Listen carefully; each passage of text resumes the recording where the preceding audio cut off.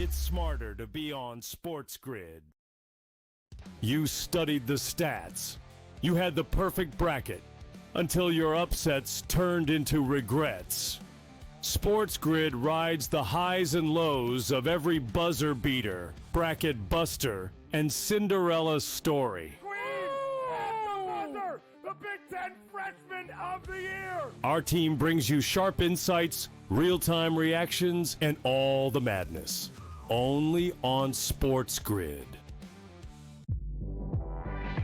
If you look at how the men and women did it, the men, the portal opened up the day after the round of 32. Same thing with the women. Men on Monday, women on Tuesday. Why can't they just do the day after the national championship game when the season ends, next season begins, then you open up the portal. All teams have completed play. All bets are off. Betting above the rim. Only on SportsGrid.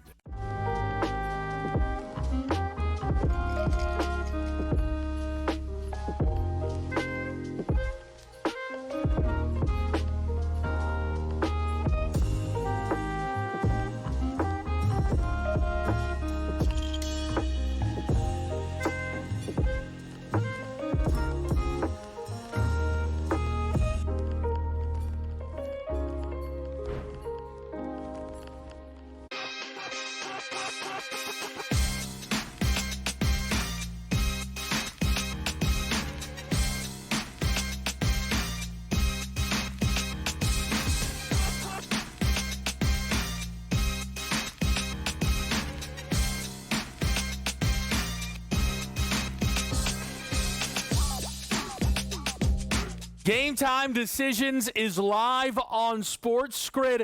It's a Monday night right here. Kevin Walsh with you for the next 2 hours with a lot of great things to get to on this Monday night. We are, of course, coming on the heels of the Elite Eight in the men's NCAA tournament. The Final Four is set. All number one seeds, Duke and Houston, Auburn and Florida, all competing for the national championship. Tonight you will see 2 games in the women's NCAA tournament as their Final Four is nearly set, with the biggest game being UConn and USC.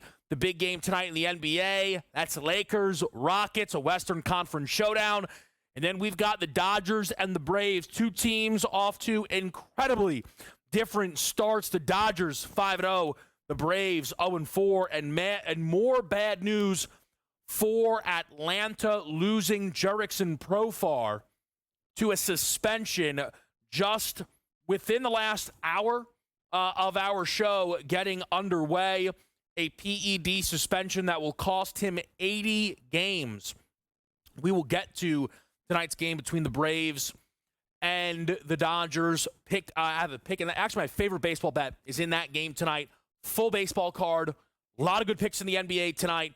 We will start, though, with the women's college game. It is UConn and it is USC. Perhaps tonight you're swooping in.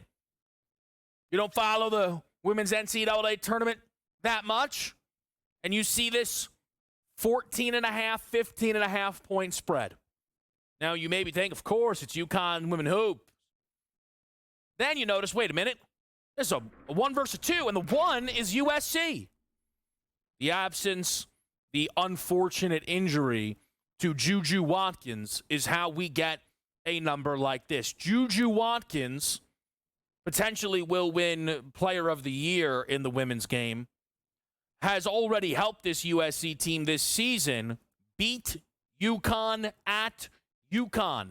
Happened back in December. Juju Watkins with 25 points in the road victory, and the upset coming as a 7.5 point underdog. USC has gained in the market since that time, but so has UConn. The question you have to ask yourself if you are betting tonight's side is, what would this spread be with Juju Watkins playing? And what is Juju Watkins worth to the point spread? A lot, undoubtedly. Is she worth 10, 11 points? That sounds astronomical. That sounds unimaginable, quite frankly. Now, maybe you think she's worth 4.5 points. That I can certainly reason with. UConn minus 10 against the healthy USC? No way. Minus 7 even feels wildly strong to me. I think this is a big overreaction. And we've seen this on USC in the games that they have played without Juju Watkins. They lined up against Mississippi State, a 1-9 in their own building. They laid 19.5. They won that game 96-59, nearly a 30-piece. They played Kansas State, that game near Pick'em. Won the basketball game by 6. Great start to the game and a strong second half. There's also, I think, the UConn effect. This team playing so well right now, booked as national champion favorites, understandably. Rolled up Arkansas State by 69. Smashed South Dakota State 91-57. And they just handled their business against Oklahoma, but that Oklahoma line is why I knew tonight I would be betting USC plus 15.5, because that's what the spread was in that game. And I don't think Oklahoma is as good as USC with or without Juju Watkins. And Oklahoma was up 4 in that game at the break. And then Paige Beckers had probably the greatest game of her UConn career. A career high, 6 of 8 from 3, led her to 40 points. Paige Beckers has scored 74 points in her last 2 games. One of the greatest runs in NCAA tournament history for a player in a 2-game window. Efficiency is through the charts. 61% from the field, 62.5% from 3 in the 3 tournament games. I give her all the credit in the world. It's hard to maintain that level. And if Paige Beckers comes back down just a little bit, off night, a little inefficient, that can open the door. And if Kiki Irfan, whose first game in the absence of Juju Watkins was brilliant, 73% from the floor, 36 points, can play something closer to that than she did against K-State, 7 points on 3 of 13 shooting, I think USC hangs the entire way. I expect a close game here tonight between the Trojans and the Huskies. I am on Paige Beckers over 8.5 rebounds plus assists. You've got a really nice bounce back spot, specifically in the dimes category for Paige Beckers. I think the boards come along with it. She could hit this on assists alone, quite frankly. Again, having an incredible season, the soon-to-be number 1 overall pick in the WNBA draft, Paige Beckers, I think gets over the 8.5 rebounds plus assists. And a play for you in the Texas-TCU game. I lean under if you can't get a prop and you want to be involved. At 128.5, it's dropped down to 127.5. This has been dropping from a low 130s number. Give me Taylor Jones of Texas over 19.5 points plus rebounds. Last game, played 31 minutes against Tennessee. Taylor Jones has been very important for the Longhorns this season against the better teams. South Carolina gave her a lot of trouble, which is certainly relevant and noteworthy, but I think that Taylor Jones going up against a team like TCU as a 7.5 point favorite for Texas should feast on the interior. Give me a potential double-double night for Taylor Jones, 20-plus points plus rebounds. The NBA main event tonight, it's definitely the Lakers and the Rockets, a West Coast battle here. Houston on the second leg of a back-to-back, coming off of a thrashing against the Phoenix Suns, are booked as dogs, but not massively booked as underdogs in this basketball game. I look towards the Lakers, especially because I like Luka Doncic in this spot, and that's my favorite play on the NBA card tonight. Give me the Luka Doncic for 30-plus points. Luka just missing this number in the win against Memphis for the Lakers, scoring 29. Missed it the game prior to that, scoring 25. Luka Doncic does not go 3 games without scoring 30. Rarely happened as a Maverick. Don't expect it to be a common theme with the LA Lakers. Luka Doncic was on a tear, scoring the basketball prior to, again, what is not really a massive dip in these 2 games, 25 and 29, but a little bit less efficiency. Back home, I think you get a great game out of Luka Doncic. I really, really like Luka tonight to get over the 29.5 points prop. One thing to keep your eyes on with the Lakers is the questions around LeBron still will appear on the injury report night in, night out. Is LeBron healthy? I think LeBron came back very early. And I think when you look at the minutes that LeBron has been playing, they've not been able to ease him in at all. 37-plus minutes in 4 straight games. LeBron James is averaging under 20 points per game since returning, but his last effort against Memphis, 25, 6, and 8. A little bit more like it for LeBron. Made his first, made 2 threes in that game, first time in some time. We're going to get over to the Major League Baseball board with a focus on Dodgers-Braves next right here. It's Game Time Decision.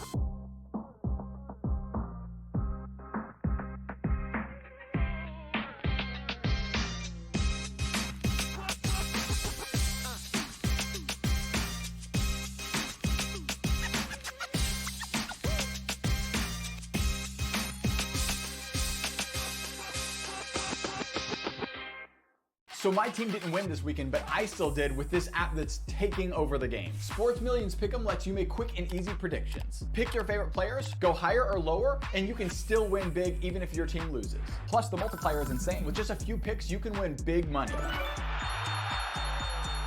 So get on it. They've got a welcome bonus to help you start off your winning streak.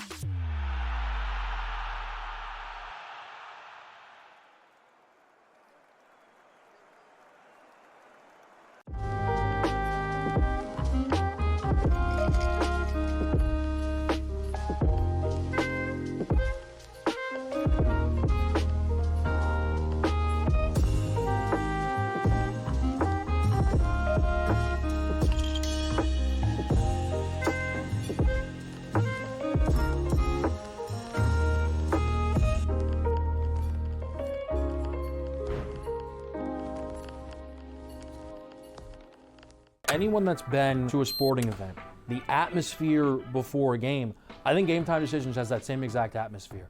This is our arena. This is what we do. There is going to be an energy to Game Time Decisions that you will feel night in and night out. The excitement you get when you lock your bets in, when you're figuring out what you want to do, we can zone in on the biggest games each night. I want this to be the place that people come to before the games start so they feel as ready as possible to lock in their cards. We are going to hit every single one of those markets that you need to know about. We're going to go through every single thing, and I've got a great team behind me that's going to help me get the job done. There is not going to be a better place, I promise you, than Game Time Decisions to get that new information, react to it, and be able to then bet accordingly. We will have everything at our disposal, and we will use that to our advantage. I'm Kevin Walsh. Tune into Game Time Decisions from 6 to 8 p.m. Eastern on SportsGrid. The 2 guys that can do it all. Too much electricity this morning. This is a good time. We're having a lot of fun. I had to do a triple take. Ka-ching! Why? Because of parity. I didn't mean to offend. Yeah, it's not going to happen. Load management is a dirty word. Let him rip. You know what? Circumstances provide the results. What? How do you do this once? Oh, Donnie, you got such a good show there. A network that is booming. The Early Line, only on SportsGrid.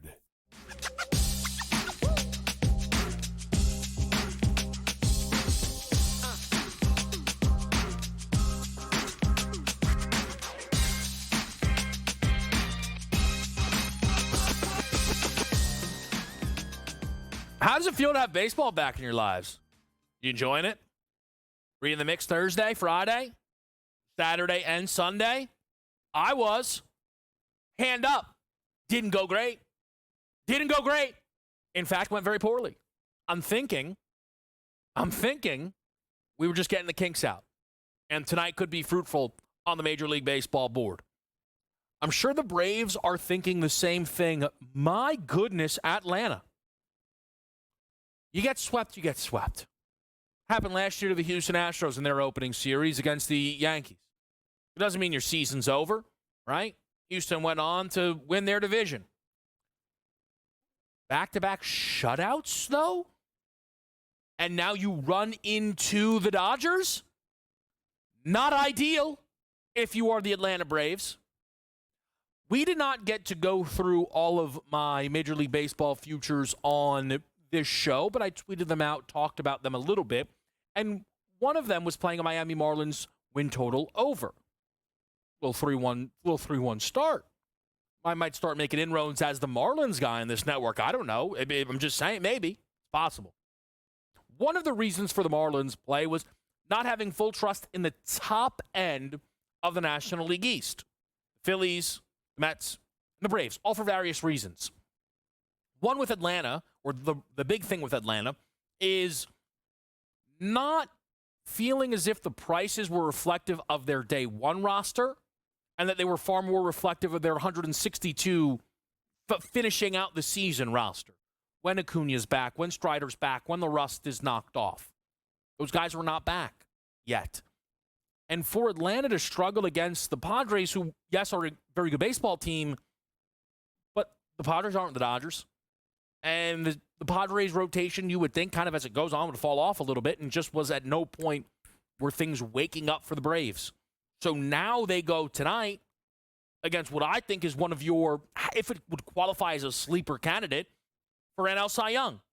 I think both Glasnow and Yamamoto are very live in that race. Skeen's booked as a legitimate favorite. Yamamoto nor Glasnow are the first Dodger you see. That would be third best odds, Blake Snell. I'm on Tyler Glasnow tonight, over 15.5 outs recorded at a plus price. Now, there's two sides to the coin, and that's how the Dodgers have started, and it's how Glasnow was last season. Glasnow last year, 22 starts for the Dodgers, threw 15 or recorded 15-plus outs in every single one of them. Landed 15 a few times. But I already know, for me, I'm at 15. The worry against this would be the fact that none of the Dodgers starters so far have gone through this. We've only seen 3. Snell once, and then twice for Sasaki and twice for Yamamoto. I think Glasnow tonight can get over this number because I think he's one of the best pitchers in Major League Baseball. They're a big favorite, and I'm getting a plus price that he gets one more out than in what is essentially his minimum. I'm going to take that chance on Tyler Glasnow. I understand it's his opening start. He's been waiting for this one, though. He didn't go in the series over in Japan. Obviously, he's not gone just yet. I think they could let Tyler Glasnow, rip it and grip it here and get over the 15.5 recorded outs in that spot tonight. I will say on the Los Angeles Dodgers, this is a team who, at 5-0, you don't ever want to overreact to anything. But they do have this feeling of how do you possibly beat them. And the thing about the Dodgers is their star power is in the lineup. Specifically, Shohei Ohtani, the National League MVP favorite. Mookie Betts, Freddie Freeman, the World Series MVP, and all of those names pile on. But why the Dodgers are such big favorites to win a World Series or on a nightly basis, checking in here against a good Brave team at nearly minus 250, is their pitching. Because instead of Tyler Glasnow being their ace, as he would be for 25, 24 other teams, he hasn't pitched yet, and they're 5 games into their season. Because they have Yamamoto and Blake Snell, and even though Sasaki's off to a poor start, that's concerning for him, those who have bet his NL Cy Young. It's like the Dodgers aren't worried about it. Either he figures it out, great, or he doesn't, and it's next man up. Now, maybe the Dodgers are worried that they'll go through some injuries to their rotation as they did last year, but then again, last year ended with them winning the World Series. And that was a huge reason why I pulled back on a World Series pick in the upper echelon. If you look at kind of some of the futures that we've gone through, right? The Duke was my preseason pick to win the NCAA men's tournament. I'm not scared of going towards the top, right?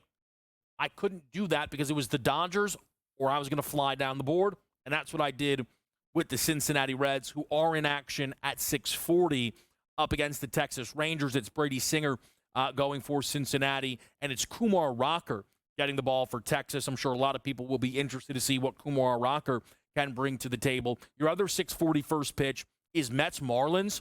I like the Mets. I like the Mets quite a lot in this game. David Peterson getting the ball against Cal Quantrill. The Astros were my pick to win the American League, so the Mets leaving that series with not a lot of runs and not a lot of wins isn't all that surprising to me. The Astros are very good. They always find pitching. This Mets lineup, I think, is still too good to be held down. In that series, they scored 1 run, 3 runs, and 1 run.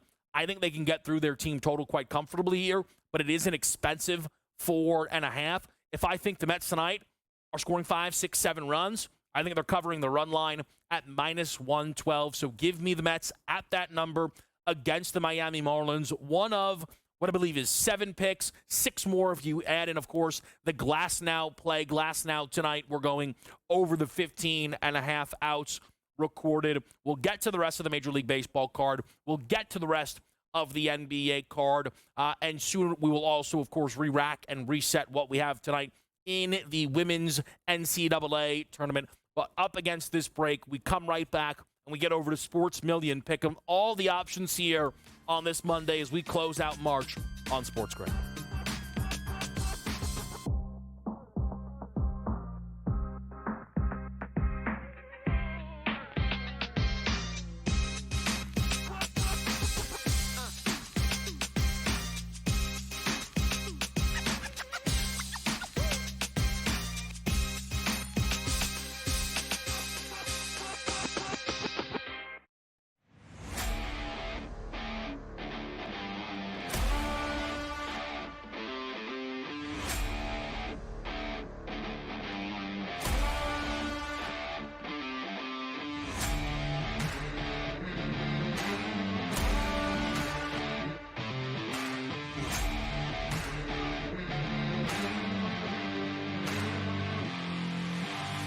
It's smarter to be on SportsGrid.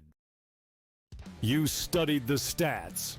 You had the perfect bracket until your upsets turned into regrets. SportsGrid rides the highs and lows of every buzzer beater, bracket buster, and Cinderella story.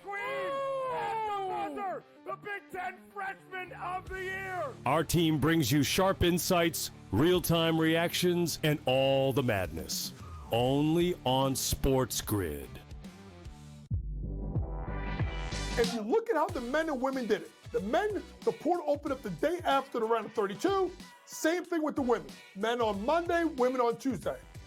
Why can't they just do the day after the national championship game when the season ends, next season begins, then you open up the portal. All teams have completed play. All bets are off. Betting above the rim. Only on SportsGrid.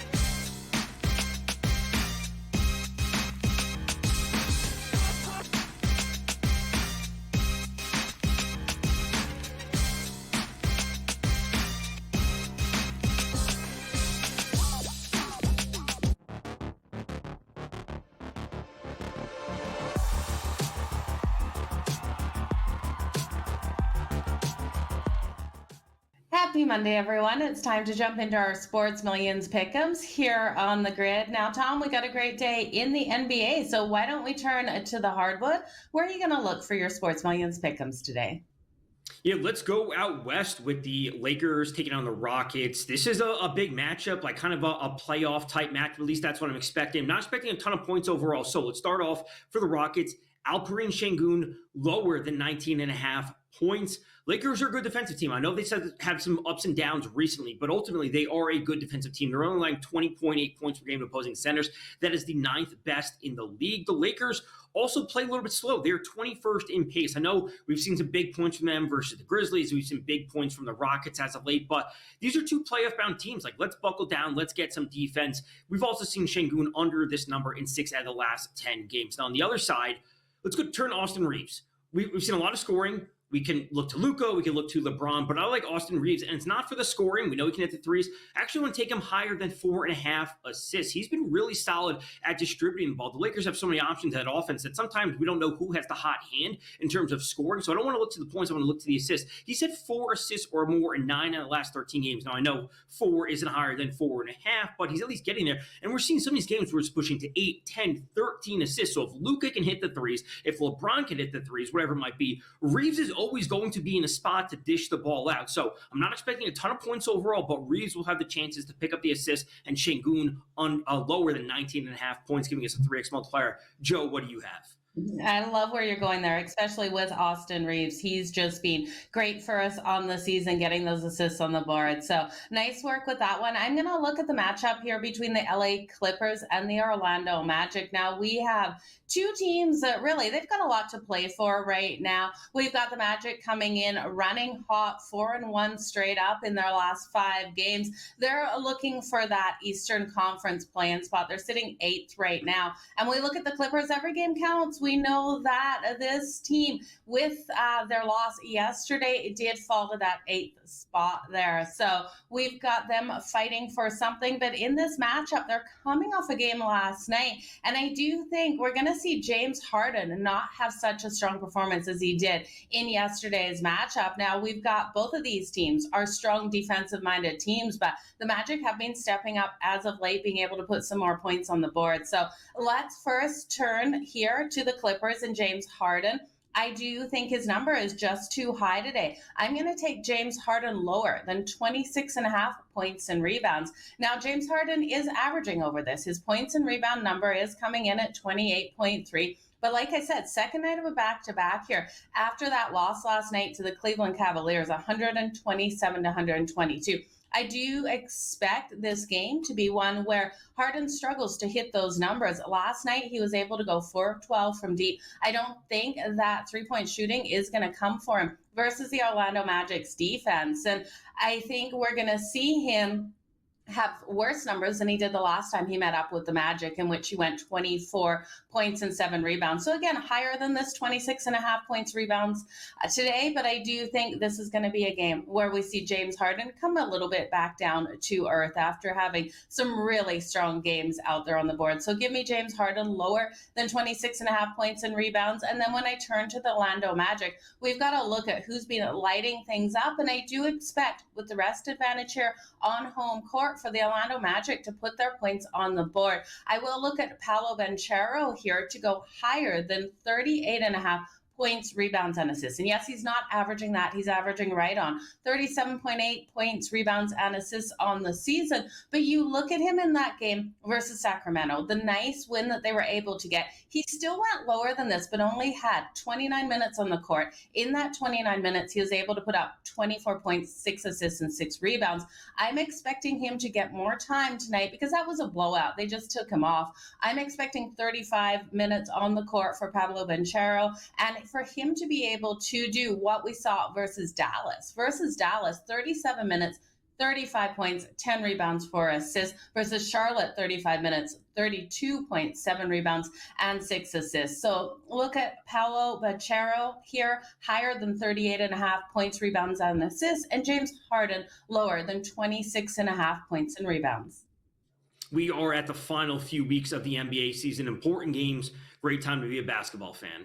Yeah, it absolutely is. You guys all the best in your Sports Millions pick'ems today.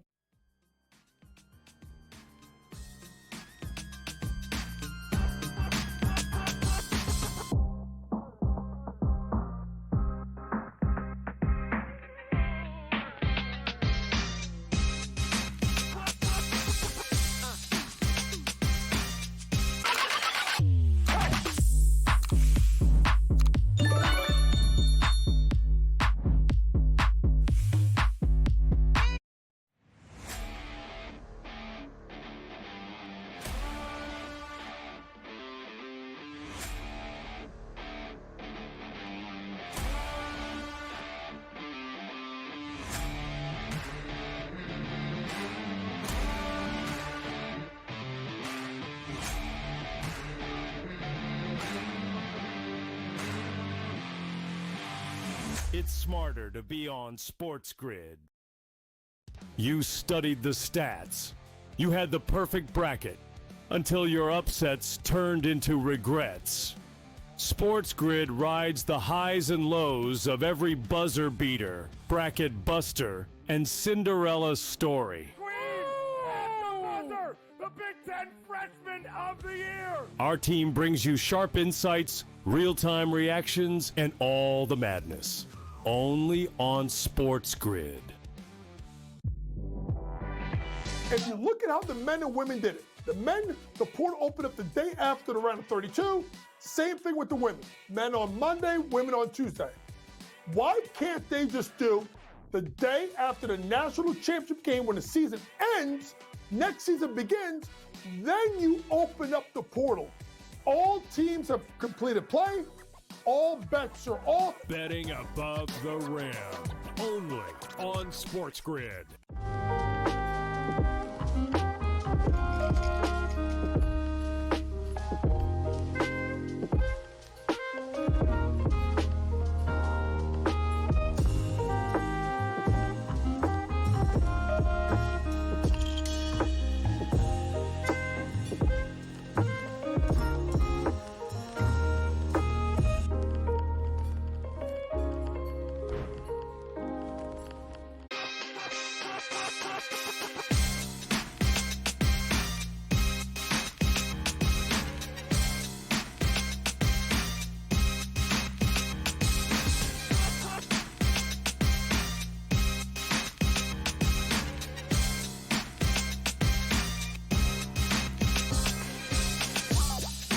Game time decisions on a Monday night. Let's go through your full card tonight. Let's do some quick counting. 1, 2. It's 8 Major League Baseball plays. It is 5 NBA, and it is 3 in the women's NCAA tournament. We have gone through the women's game. We've gone through the best bet on the NBA, the best bet on the Major League Baseball. We'll reset all of it. Major League Baseball starts back up at 6:40. We're going to get Reds, Rangers, and then Marlins, Mets. I'm on the Metsies laying a 1.5 at -112. Nats are going to go up north to Toronto against Bowden Francis. I like James Wood over 1.5 hit run RBI. Now, here's the story, the disclaimer. I think I lost every Nationals bet I placed last season. I'm not sure that's an exaggeration. And I'd like to be able to bet some Nats games this year. We have a Nationals contingent in the back. So I'm trying to – one of our producers is a diehard Nats fan, all right? I'm trying to show some love. If James Wood tonight does not get home, I'll be honest, that's on me, not him. But then I got to reassess whether or not I can bet any Nats props on the year. Give me James Wood even money over the 1.5 hit run RBI. I'm going to take a pair of St. Louis Cardinals at home against the Angels and Tyler Anderson. I like Contreras over 1.5 hit run RBI. I mean, bounce back Merchant, what can you say? He's 0 for 14 to start the year. How am I not on one of the best hitting catchers in Major League Baseball? -120 juice, up against a lefty. Behind him, Luken Baker. You might be saying who. I get that. Who is, he's batting third. That's who. And he's batting third for the first time this year. He's batting for the first time this year. Cardinals are giving Luken Baker the start up against the lefty. At a plus price, I like this. Now, I will say there are some worries in that if we get deeper in the game, all of a sudden there's a lefty in, they're going to take Luken Baker out. We'll worry about that then. I'm hoping for some early success here from the Cardinals that I'm on. 1.5 hit run RBI for Contreras and Baker, -120 Contreras, +105 Baker. Give me the Stros money line. Most unbiased man in history of sports media. Quite frankly, who is even second? We don't know. Well, obviously, number one in runaway style, that would be me. Yanks fan takes the Stros to win the American League, +800. And then the first MLB money line bet of the season, it's on the Stros again. It's because I got an old friend on the mound. That's Ronel Blanco. Last year, we were doing MLB play of the day. we'll get back into that groove maybe closer to May. We'll see, okay? But here's what I know. Last year, an early season MLB play today was the Astros money line against Toronto. And all Ronaldo Blanco did was stop the bleeding for the Stros and threw a nice little no-hitter. I don't know if he throws a no-hitter today against the Giants. I expect him, though, to lead them to a victory at -125. Give me Houston on the money line. I'm taking a chance on Jackson Jobe under 4.5 Ks. Now, ironically, again, due to the baseball group in the back, one of our producers on the other side, and he might need it more than I do, I might root him in. But the bet's already placed.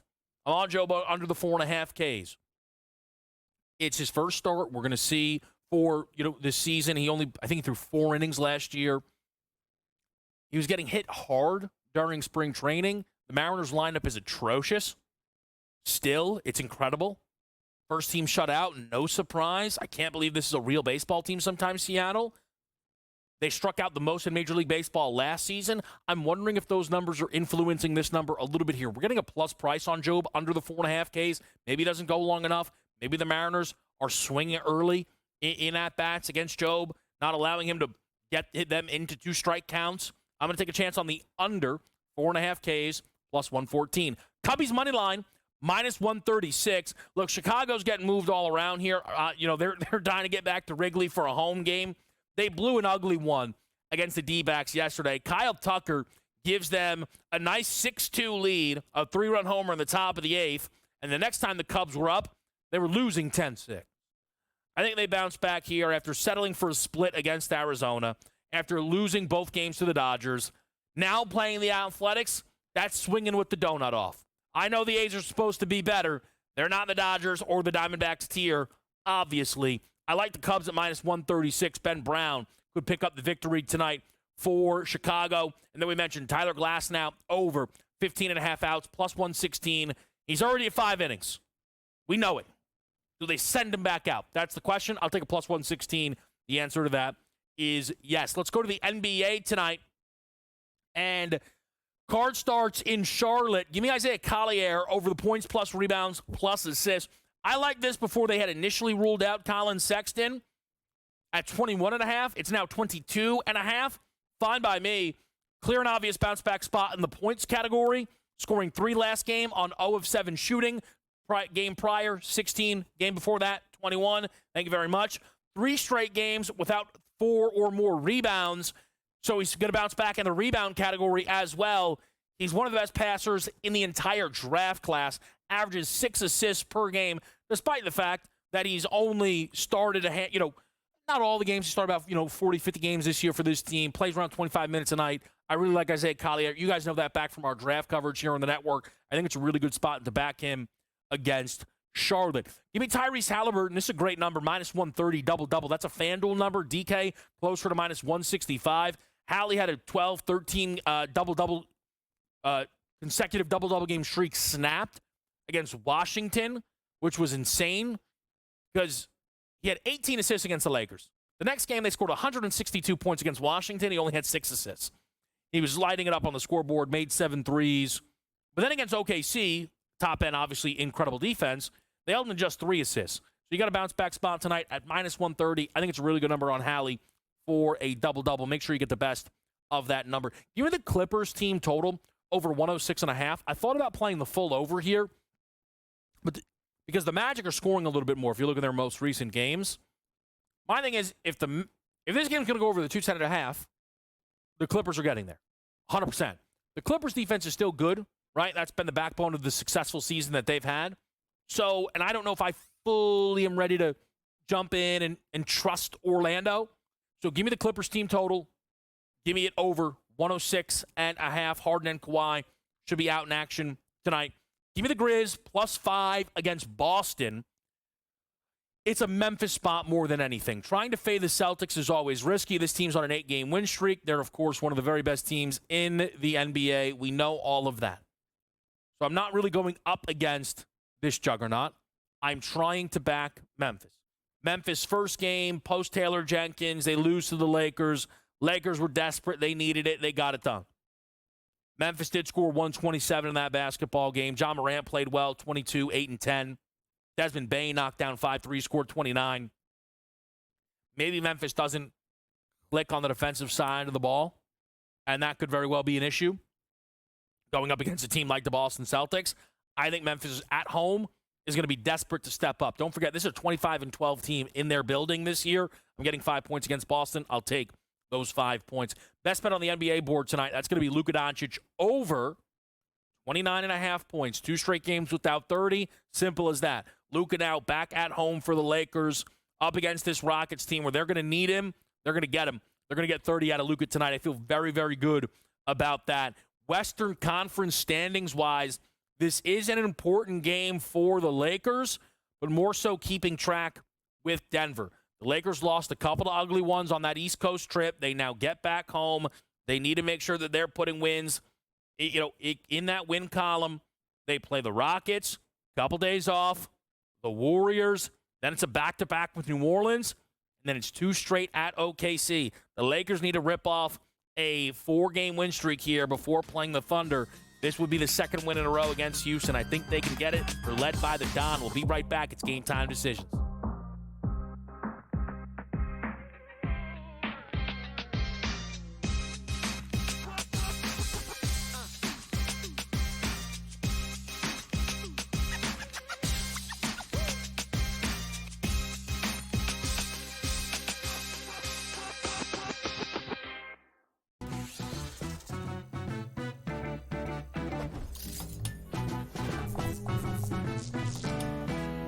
Hey sports fans, here's a tip to keep in mind the next time you make your betting picks. According to research, home field advantage is no joke, especially in those playoffs. In the NBA and the NFL postseason, the home team typically has a 64% shot at victory. Now, go get lucky. See you in Las Vegas. Let's get lucky. Anyone that's been to a sporting event, the atmosphere before a game, I think Game Time Decisions has that same exact atmosphere. This is our arena. This is what we do. There is going to be an energy to Game Time Decisions that you will feel night in and night out. The excitement you get when you lock your bets in, when you're figuring out what you want to do, we can zone in on the biggest games each night. I want this to be the place that people come to before the games start so they feel as ready as possible to lock in their cards. We are going to hit every single one of those markets that you need to know about. We're going to go through every single thing, and I've got a great team behind me that's going to help me get the job done. There is not going to be a better place, I promise you, than Game Time Decisions to get that new information, react to it, and be able to then bet accordingly. We will have everything at our disposal, and we will use that to our advantage. I'm Kevin Walsh. Tune into Game Time Decisions from 6 to 8 p.m. Eastern on SportsGrid.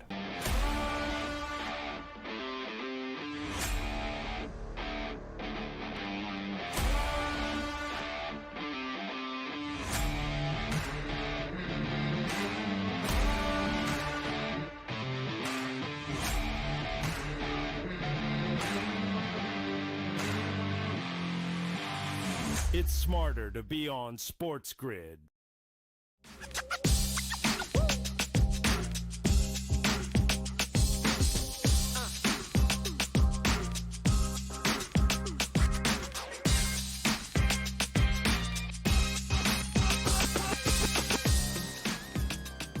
With you right here on SportsGrid, Mets and Marlins is underway. We are underway as well with Reds Rangers. In about 20 or so minutes, we're going to tip Texas TCU in the women's NCAA tournament. And then 2 hours or so after that, we will see the game between USC and UConn. The Final Four has 2 seats already settled up for the women's NCAA tournament. South Carolina has already advanced into one of the slots, UCLA into another. In the women's game, we often expect chalk to hold here.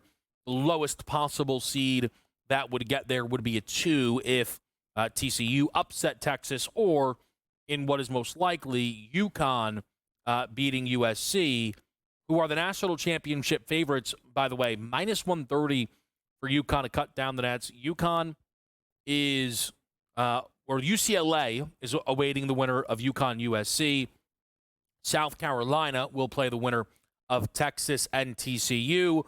The rest of that national championship market is 2-1 South Carolina, 7-1 UCLA, plus 750 on Texas, 40-1 TCU, and then USC is back all the way at 50-1 due to the injury to Juju Watkins. And while that injury will very likely stop them from having a real chance with knocking off UConn, I do think they will cover a 15.5-point number, and it is still a 15.5-point number over on FanDuel. The number is 14.5 on DraftKings, so you always want to get the best of the number depending on which side you are backing. I am backing USC in this big game tonight up against the Huskies.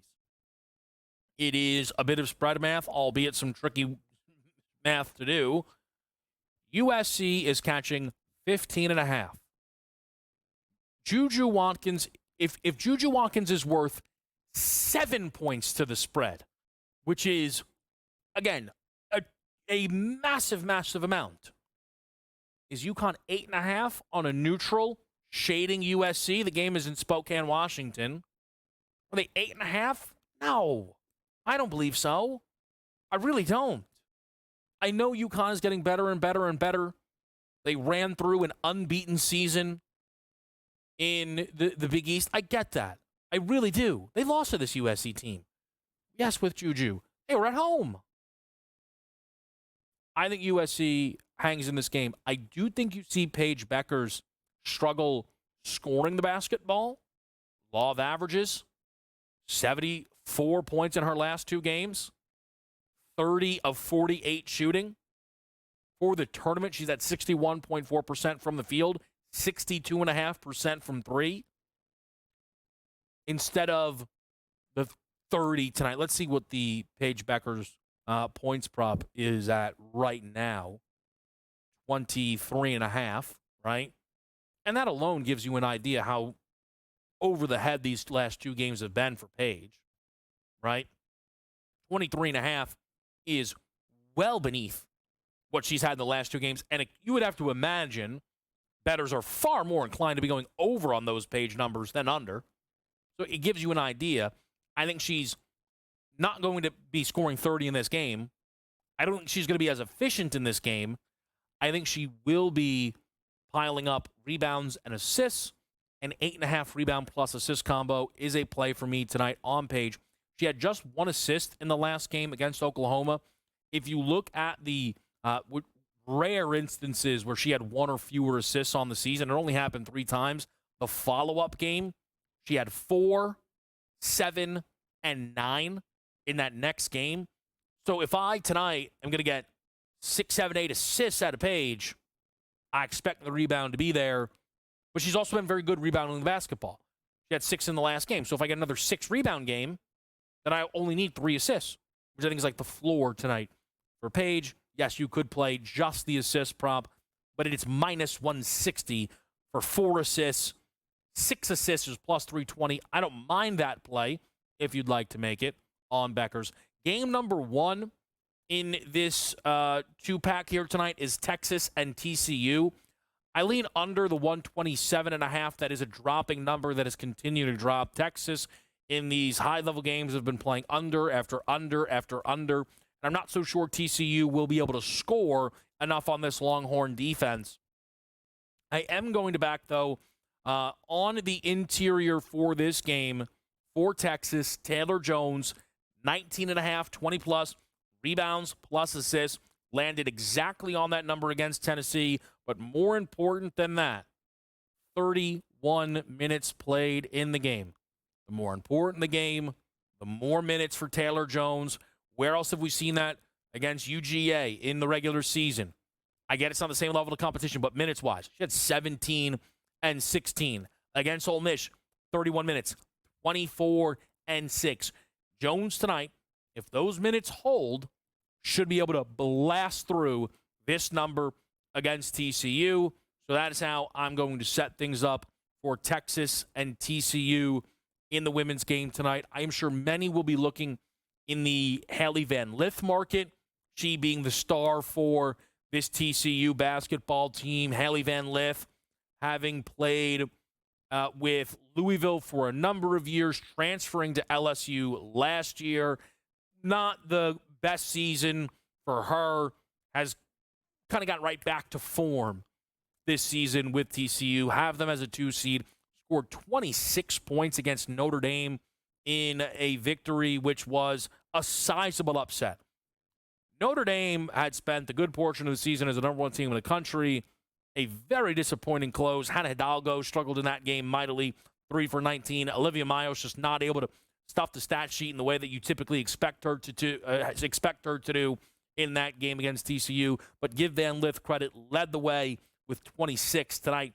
Her points prop checks in at 18 and a half. Marlins open the scoring. That's a Yerfie for you in Marlins Mets. So 1 run there. Reds open the scoring against the Rangers. That's 2-0. McLean goes deep. We'll update you on the baseball board next right here on SportsGrid.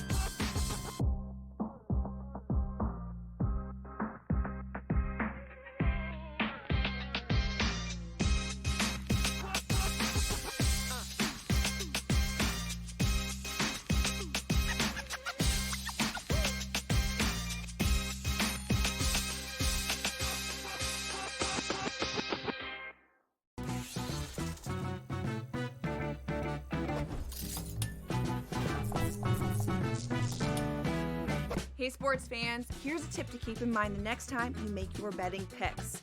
According to research, home field advantage is no joke, especially in those playoffs. In the NBA and the NFL postseason, the home team typically has a 64% shot at victory. Now, go get lucky. See you in Las Vegas. Let's get lucky. Anyone that's been to a sporting event, the atmosphere before a game, I think Game Time Decisions has that same exact atmosphere. This is our arena. This is what we do. There is going to be an energy to Game Time Decisions that you will feel night in and night out. The excitement you get when you lock your bets in, when you're figuring out what you want to do, we can zone in on the biggest games each night. I want this to be the place that people come to before the games start so they feel as ready as possible to lock in their cards. We are going to hit every single one of those markets that you need to know about. We're going to go through every single thing, and I've got a great team behind me that's going to help me get the job done. There is not going to be a better place, I promise you, than Game Time Decisions to get that new information, react to it, and be able to then bet accordingly. We will have everything at our disposal, and we will use that to our advantage. I'm Kevin Walsh. Tune into Game Time Decisions from 6 to 8 p.m. Eastern on SportsGrid.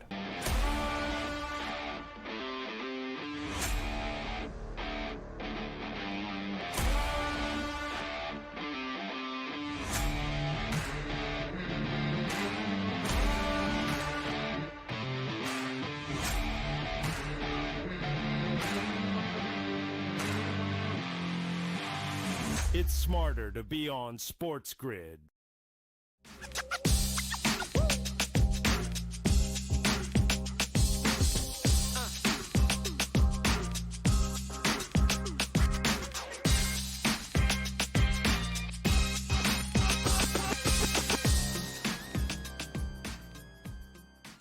Game Time Decisions live right here on a Monday night. 3-0 for Cincinnati. Kumar Rocker, not good. Doesn't have an out yet in this game.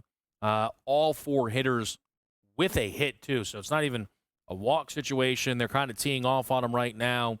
Every single batter who has come up so far is over 1.5 hit run RBI for the Reds. The Cincinnati Reds, my World Series pick, by the way, a 90-1 ticket on Cincinnati. A situation where I really like Terry Francona. I like the rotation enough. It's led by Hunter Green. I like the lineup enough. It's led by Ellie De La Cruz. They need a couple of things to break right for them. But if I'm going to go against the Dodgers, then I wanted a sizable number. We know the Major League Baseball playoffs can be a bit chaotic. It's not every year the best team wins. Certainly was last year, right? We're not sure if that's going to hold. But if I'm going to go against the Dodgers, I want a big ticket. I want a big number. If the Reds end up as a wild card team, if they are, as I think they will, win the Central, the path then could be a little bit cleaner for Cincinnati. The irony of the Reds pick was the team I was in between was actually the San Francisco Giants. I like the Giants team this year. That rotation, of course, led by Logan Webb, the addition of Willy Adames. The reason I couldn't get to the Giants at 100 to 1 price, being in the same division as the Dodgers, I find it very, very unlikely they will be winning their division. So you're up against it then, and you're starting much further back than you want to be on that pick. Albeit 100 to 1 number, I could potentially get the 3 slot with Cincinnati, right? If not the 2. Again, I know we're singing the praises of the NL East. We'll see how that all breaks out. On this Monday night with the NCAA Women's Tournament in focus, we look to bring in Coach James Young, who, of course, knows this game very well, knows all hoops very well, a huge part of all of our coverage, our extensive coverage these past few days around the men's tournament here. But, JY, on this Monday, we turn our attention to the women's game. It starts with Texas and TCU. Longhorns a 7.5-point favorite, total dropping a bit in the market, 127.5. Great to see you. Talk to me about Texas TCU. I like TCU plus the points. It's been moving from 7.5, 6.5, so do shop around. When you look at this matchup, to me, it's about, can TCU slow down Harmon and Madison Booker? If you really look at what took place and how they defended Hidalgo and Miles, they put them in jail. And that's one thing that I don't think TCU gets a lot of credit for. TCU on the other side, Haley Van Lith, 26 points, best player on the floor versus Notre Dame. And then obviously Sedona Brents and Madison Connor, 60 out of 71 points. I'm going to take the 7.5 points tonight. I think they keep it close. I think this is not a 3-position game. If you line up the 1 seeds and ask any 2 seed, who do they want to play? It was going to be Texas because of the fact there's just not as much depth.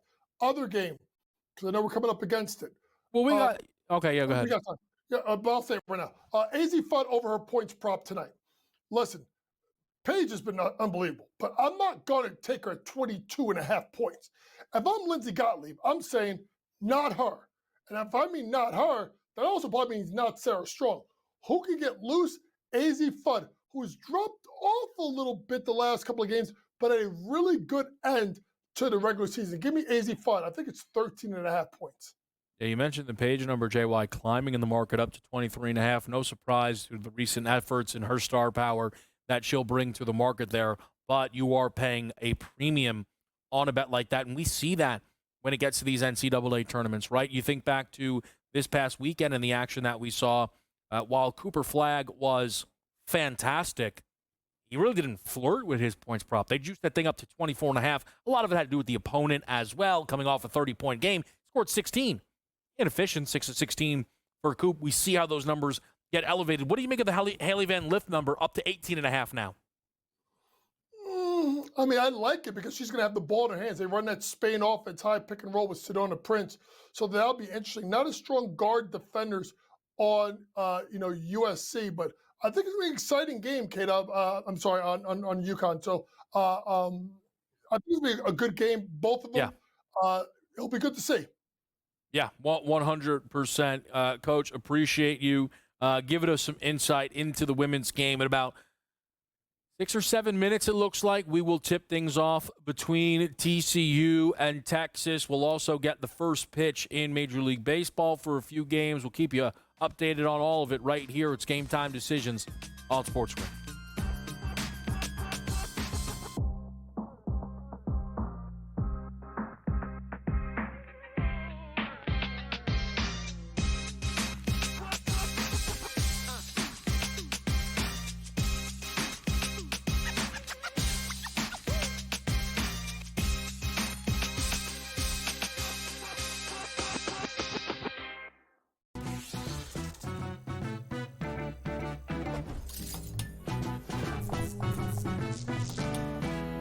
Hey sports fans, here's a tip to keep in mind the next time you make your betting picks. According to research, home field advantage is no joke, especially in those playoffs. In the NBA and the NFL postseason, the home team typically has a 64% shot at victory. Now, go get lucky. See you in Las Vegas. Let's get lucky. Anyone that's been to a sporting event, the atmosphere before a game, I think Game Time Decisions has that same exact atmosphere. This is our arena.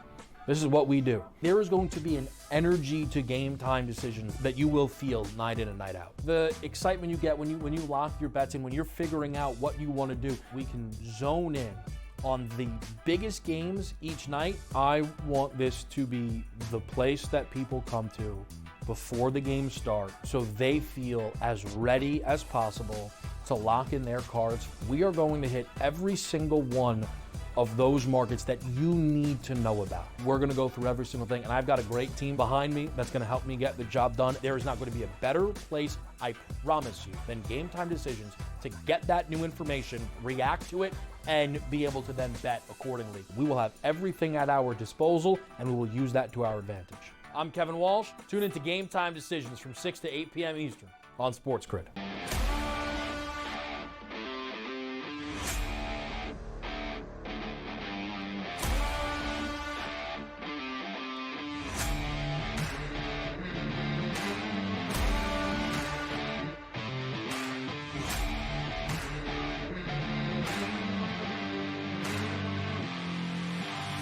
It's smarter to be on SportsGrid.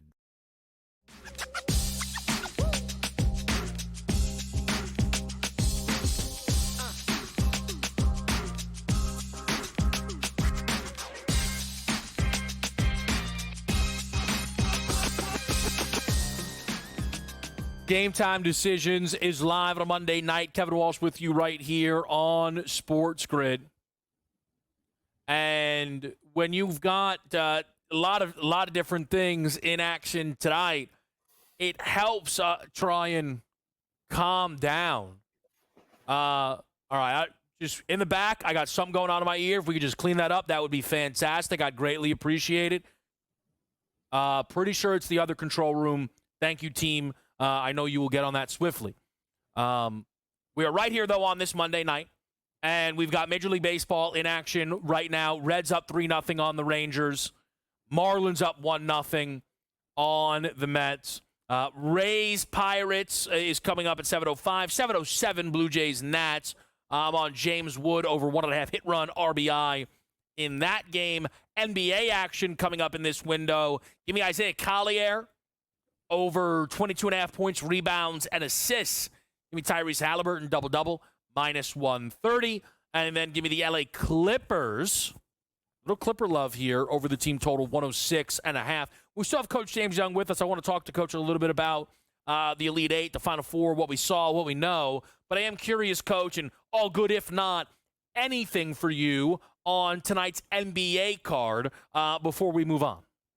Honestly, absolutely not. I don't blame you. The only thing I saw in the NBA is that brouhaha between Detroit and Minnesota. By the way, Dante DiVincenzo, man, I didn't know he had it in him. Delaware in the building. Yeah, not wrong. Isaiah Stewart certainly getting himself a reputation. None of it related to basketball whatsoever, but it is what it is. So, Coach, the Final Four set, it's all the number ones. And before we talk about the games, there's a lot of talk about chalk, and then people are tying that into the NIL. And I'm going to be honest with you, Coach. I think it's silly. I think it's very, very foolish. Auburn is the same roster as last year. That's why Auburn's great. Duke's a bunch of freshmen. Houston, I've been watching Juwan Roberts and Manny Sharp in Cougar uniforms forever. One kid. Walter Clayton was always leaving Iona. That's what was happening. And the main reason he left is because of the coach portal that's never once ever been closed.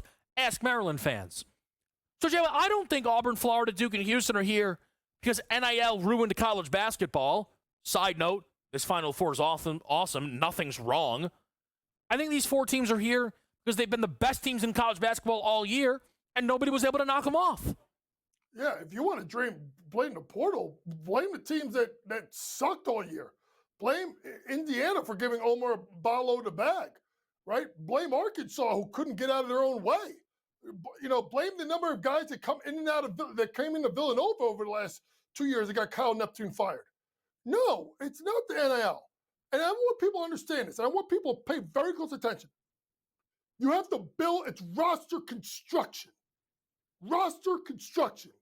You get some freshmen, you tie them in with some high impact, a transfer or two, right? With experience. That's why Houston is here. That's why all these teams are here. All these teams are here, right? I mean, even if you look at, Auburn, right? Jedi Broom, transfer, I think, from Morehead State, I do believe. By the way, shout out to Morehead State. That guy should get $1 billion for what he did for bringing this kid in. But to me, stop this whole nonsense of blaming the NIL. These teams are well coached. All of them, Kevin, you know this, top 20 in effective field goal percentage offense and defense, top 20 in adjusted efficiency, and they play different ways. Duke, Houston, two of the slowest teams in the country. Yet their offenses are effective. So not all teams are built the same. It's about roster construction more than NIL.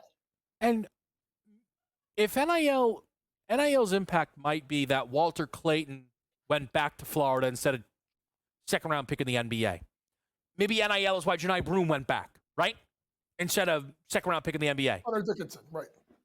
Guess what? Everybody won. Walt will end up in round 1. Janai Broom will end up in round 1. Auburn fans won. Florida fans won. College basketball fans won. This is what college has been missing. The college game has been lacking stars a little bit. It's why when we show up to the NBA draft, Coach and I know who's getting drafted. We take the time to figure it out. It's our job.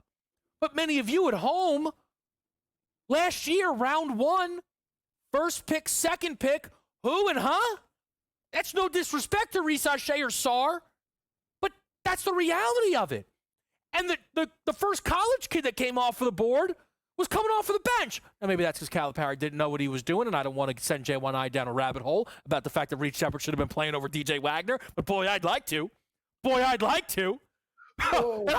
I feel myself getting tempted more and more by the second as I keep seeing how these 4 teams are the best teams in the history of the country, along with the 2015 Kentucky team that was eliminated by Frank Kaminsky.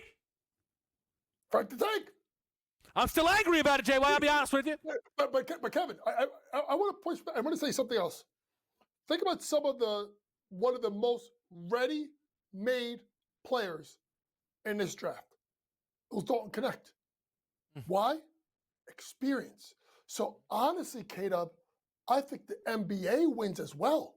I couldn't agree more. We don't have to reach for these kids. And guess what, folks? And I think I'm not wrong with this. Guess who have 2 of the top 5 recruiting classes next year? Duke, Houston. So don't talk to me that it's all about NIL. It's not. You got to be a good coach. And I'm going to say this right now. Calvin Sampson, put his ass in the Hall of Fame right now. The guy he beat, Rick Barnes, put him in the Hall of Fame right now. You want Tom Izzo? Put him in the Hall of Fame right now. Bruce Pearl, I know he had problems in the past and ratting out coaches. Put him in the Hall of Fame now. It's coaching. It's roster construction. And that's why you're starting with roster construction. You're starting to see guys go back to their alma maters. Steph Curry back to Davidson. And now today, Trae Young, assistant GM to Oklahoma. Because these guys understand what it takes to get to the league, and they're using that as a tool, not just for NIL, but to mentor these players to make sure they're ready when they go to the pros. And one other thing, because I've heard this a lot, and man, I want to make this very clear.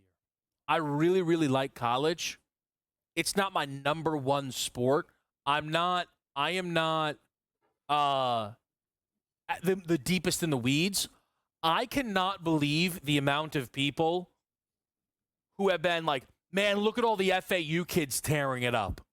Golden, Martin, Davis. NIL cost FAU. Those kids all went back and were terrible last year. So what are people talking about, man? And they all went back because everyone ponied up to keep them at FAU. And Coach told us all year that some of the stuff he heard around the college game is that some of those kids might have been checked out. Or they wouldn't have been checked out if they gone to the big program. So I don't want to hear it. I don't want to hear it.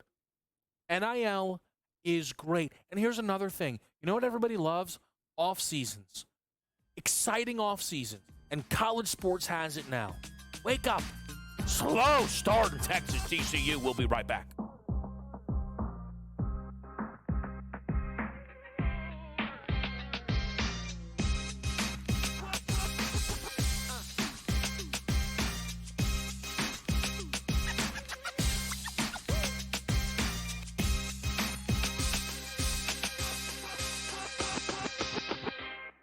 So my team didn't win this weekend, but I still did with this app that's taking over the game. Sports Millions Pick'em lets you make quick and easy predictions. Pick your favorite players, go higher or lower, and you can still win big even if your team loses. Plus, the multiplier is insane. With just a few picks, you can win big money. So get on it. They've got a welcome bonus to help you start off your winning streak.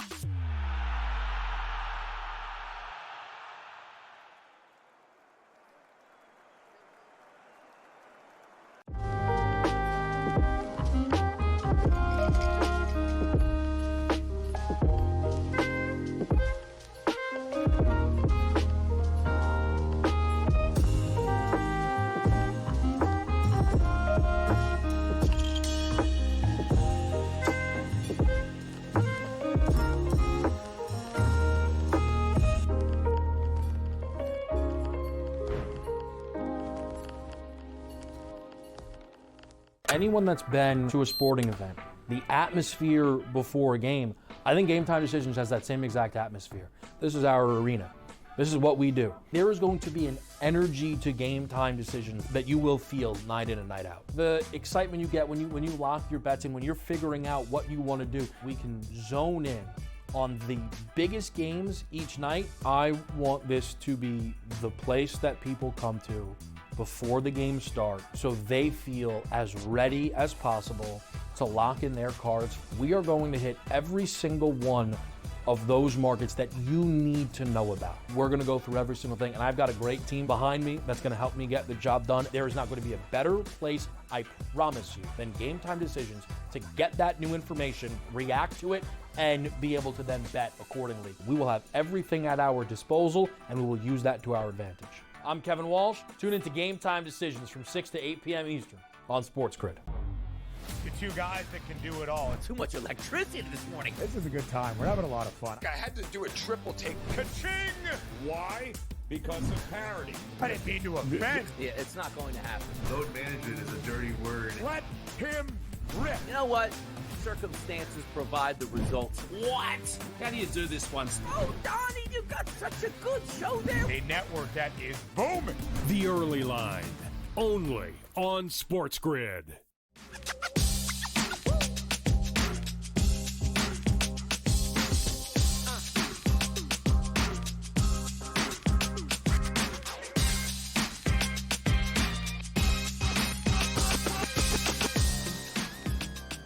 GameTime Decisions is back on SportsGrid.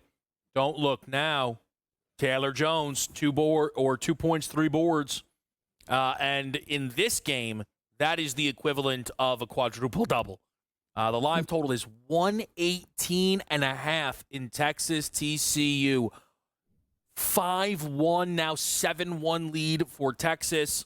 TCU is going to need a timeout. Our coach is still here. That's Coach James Young. I just want to update everybody on what we've got going on right now. We've started the NBA action 4 live at this moment. Pacers, Kings, Magic, Clippers, Hornets, Jazz, Wizards, Heat.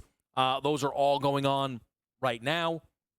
Major League Baseball, still 3-0 Reds and still 1-0 towards the Marlins. Uh-oh, hold on now. Oh, Uh-oh. what just happened? Oh, James Wood walked, but he's on third now? All right, could get a run here. All right. 2 outs. All right, so the Nats are just going to mess around with me all day. We just know that. We know. That's how they are. That's Nationals baseball, baby. Terrible. Almost as bad as the Wizards. Almost as bad as the Wizards. Look, we kept Coach here a little bit extra for you tonight. We got into some good conversations around the NIL. And also, look, I'll call it like I see it, miss Coach a little bit. Haven't been, stole Coach from me. They turned him into a New York guy. I didn't really understand what I was seeing. Hey, how you doing? How you doing? I like that. New York, I like that a guy lot. Jersey guy in New York. I like that a lot. Coach, man, you and I have talked a lot about Duke and Houston. And we will talk a lot more about Duke and Houston. I want to ask you about a specific aspect of this game that I think is going to be under the radar.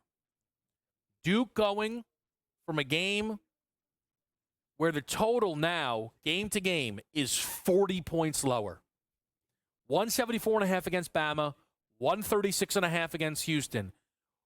Do you think that it is a disadvantage for Duke having to go from playing Alabama to Houston one game to the next? No, I don't think so necessarily, because when they practice, they're one of the slowest teams in the country. John Shire's team is not going to run it up the floor. They're going to walk it up the floor. So, when you think about their scrimmages and their practices, they should be able to play half court. I'm saying this, Kevin. I pray to God people keep running and taking the over, because I think this is a dead under. I think this is a dead under. I think this game, and this will be ready. This game will be decided and go under if the referees stay out of the way.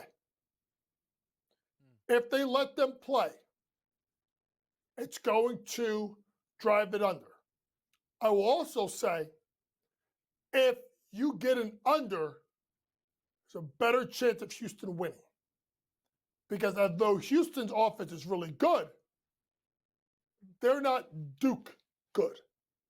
Yeah. So if you can correlate this together, under Houston, over Duke. So to that point, what I would say, though, is Houston's ability to shoot the three. I think they could win a higher scoring game more so than people realize. It's why I'm so in on this Houston team. I do think, maybe I'm crazy, but if you look at the Duke run, and I'm not trying to downplay Duke, let's not forget, preseason national championship pick was me. I think Duke is incredible. Mm-hmm. But Duke's opponents, forget Mount St. Mary, Baylor, Arizona, Alabama, all offense-first teams, all win games by scoring the basketball. And Duke has found themselves now as the number one offense in the country. A huge credit to their players and staff. But to now run up against Houston, this is where you look at a conference. Who in this conference is good defensively at all in the ACC, and who is defense first? One team. One. Clemson. Louisville's more offensive-minded. North Carolina, we know they're up and down.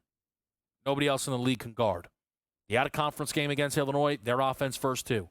I am not trying to downplay Duke. I am simply speaking about Duke's experiences this year, and if anything has potentially prepared them for a matchup like this against Houston. No. Because you know why? These are grown-ass men. These are grown men. And I'm going to tell you something. I know Cooper Flagg is a fantastic defender. Tugler, according to Evan Mayakawa, is the best defender at the rim in the country. Yeah. Right? And then you look at Archino, you look at Roberts. They are men. They have not, Duke, seen a team like this. Mm-hmm. Nowhere close. In the tournament or regular season. On the other hand, I think Houston has seen good, high-octane offenses and also went against tough defenses like Tennessee last round. I maintain this, and you're right. The guy that's the X factor for Houston is Emmanuel Sharp. Because if he did what he did those last 3 daggers, and literally it was like, I'll shoot from here, 20 feet, bang. Up, a little bit further up, 23 feet, bang. Big shot, he'll take it time after time, Kev. I think he is the difference maker in this game. I like him plus the points. And I'll be honest, Kevin, you know this, I've been on Houston for 2 months. They've lost 4 games, 1 by 5 to Auburn, and 3 in overtime. They're not getting blown up by Duke. No way, no how. I would agree with that. I'll tell you this. I think the Duke X factor is Malawach. I really like this Houston team. They don't have a 7-2 future top 5 pick on the roster. And if Malawach gets an elbow in the ribs, I don't know, things could look a little different. Yeah, Houston, man. Every Houston Cougar meme I endorse. They are all so funny. Coach, appreciate you sticking around with us here on Game Time Decisions. You and I will be back at it. Before people are even ready, we'll be back with you right here on SportsGrid.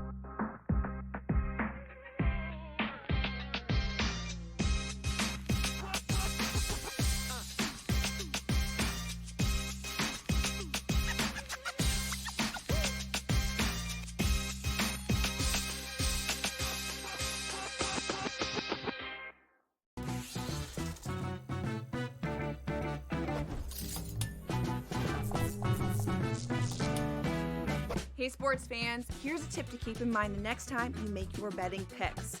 According to research, home field advantage is no joke, especially in those playoffs. In the NBA and the NFL postseason, the home team typically has a 64% shot at victory. Now, go get lucky. See you in Las Vegas. Let's get lucky. Anyone that's been to a sporting event, the atmosphere before a game, I think Game Time Decisions has that same exact atmosphere. This is our arena.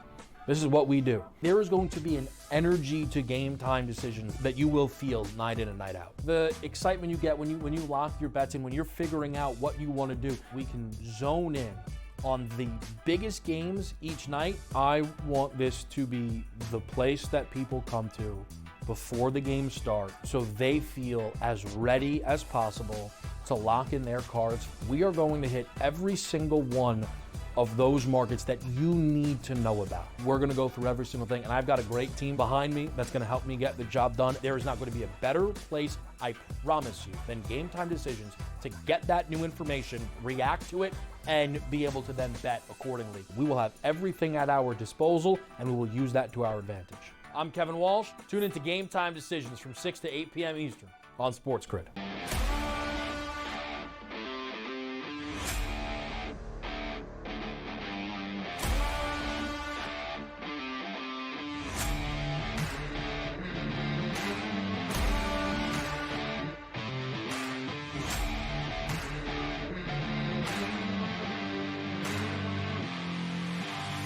It's smarter to be on SportsGrid.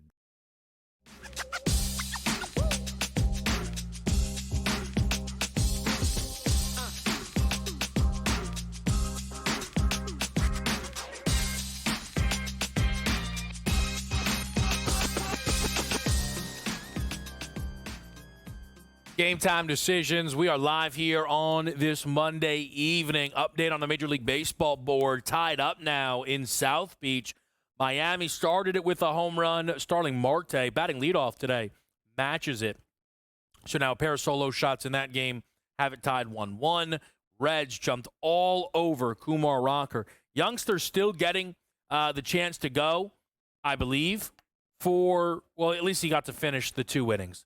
It is 6-0 after Elly De La Cruz hit a 3-run homer. Now all of a sudden, Elly, who came into this game, a slow-ish start, is having an MVP caliber year, batting .385 and upping it up to about 4 RBI. So a nice little start there for the Reds against the Rangers. Nerfy comes in for Rays Pirates as well as Blue Jays Nationals if you bet it. Next game on the Major League Baseball board is Cardinals Angels. 2 hitter props in that game for me, both on the St. Louis side. So I'm going to attack Tyler Anderson a little bit with Contreras and Baker hitting 2 and 3 in this lineup. Wilson Contreras, one of the best hitting catchers in Major League Baseball, is 0 for 14 to start the season. He hasn't even drawn a walk. He 0 for 14, 5 strikeouts. Simply, to me, just too good of a hitter, though. Better against lefties. And then you get Luke and Baker behind him. I think Contreras is going to get on. Nolan Arenado's red hot to start the season. I like Luke and Baker because the Cardinals like Luke and Baker. He hasn't played yet this season, but he mashes lefties, so they're giving him a start against the lefty. If Contreras takes advantage, how about this? Contreras, single, Baker, homer, and you knock them both out at the same time. Contreras is minus 120. Luke and Baker checks in at plus 105. Updates on the NBA right now, 23-10. Charlotte jumping on the Utah Jazz. 25-13, most updated numbers there. Isaiah Collier off to a fine start, 2-1-2 in his opening 8 minutes for the PRA prop. Miami jumping all over the Wizards, 23-9. Everything the Miami Heat team does is largely annoying to me as they just completely fumbled their season time and time again. They will be in the Eastern Conference play-in. The Raptors are not going to take that final spot from them, but Miami very unlikely to climb into the actual playoffs this year, especially I feel as if how good Chicago's been doing in recent games. And Atlanta and Orlando this year, just better ball clubs, flatly. Nice start for the Pacers, up early on the Kings. 4 dimes for Tyrese Halliburton, which is great. Only 3 points, but if I miss that double-double due to the scoring, come on.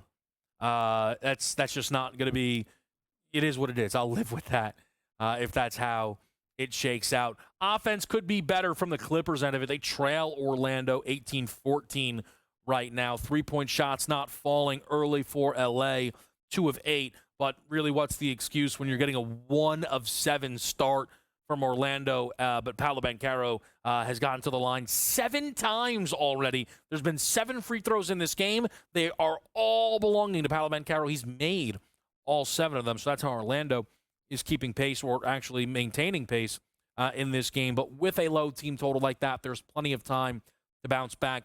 I am on Memphis, which is coming up shortly, the Grizz against the Celtics. That is a full Memphis bet for me, in that I'm not fading Boston. It's, to me, a Grizzlies spot. It is a nice little boost that Jaylen Brown is going to miss this game. And if anything, that makes me feel better about my Memphis bet, where if Jaylen Brown was in and you tell me this is 7-8, I think that might have been a tick too high. I think Memphis, Jenkins firing, could not get it done against the Lakers. I think there's a good chance they snap the Celtics' 8-game winning streak and put a win on the board here in what is still, again, a very tight race in the Western Conference. Don't forget, NBA-wise, late night, you get the Lakers and the Rockets. I really, really do like Luka Doncic in the game between the Lakers and the Rockets for 30 points. Minus 102 for 30+. Over the 29.5. Odds are the same over on FD. Very simple. Luka missed it 2 straight. He's not missing it 3 straight. That's how bounce-back spots work. And that's how, for a guy like Luka Doncic, that's how bounce-back spots work. Luka's been getting better and better and better scoring the basketball for this team. We saw Austin Reeves have a heck of a game, but Luka Doncic will get it done here against the Rockets in a game the Lakers need. Be right back after this quick break on SportsGrid.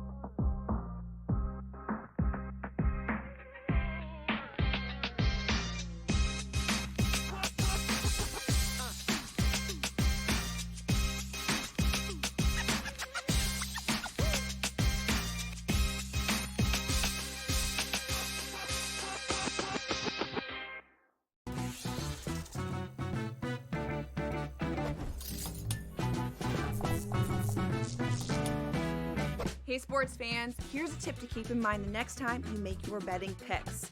According to research, home field advantage is no joke, especially in those playoffs. In the NBA and the NFL postseason, the home team typically has a 64% shot at victory. Now, go get lucky. See you in Las Vegas. Let's get lucky. Anyone that's been to a sporting event, the atmosphere before a game, I think Game Time Decisions has that same exact atmosphere. This is our arena. This is what we do. There is going to be an energy to Game Time Decisions that you will feel night in and night out. The excitement you get when you lock your bets in, when you're figuring out what you want to do, we can zone in on the biggest games each night. I want this to be the place that people come to before the games start so they feel as ready as possible to lock in their cards. We are going to hit every single one of those markets that you need to know about. We're going to go through every single thing, and I've got a great team behind me that's going to help me get the job done. There is not going to be a better place, I promise you, than Game Time Decisions to get that new information, react to it, and be able to then bet accordingly. We will have everything at our disposal, and we will use that to our advantage. I'm Kevin Walsh. Tune into Game Time Decisions from 6 to 8 p.m. Eastern on SportsGrid.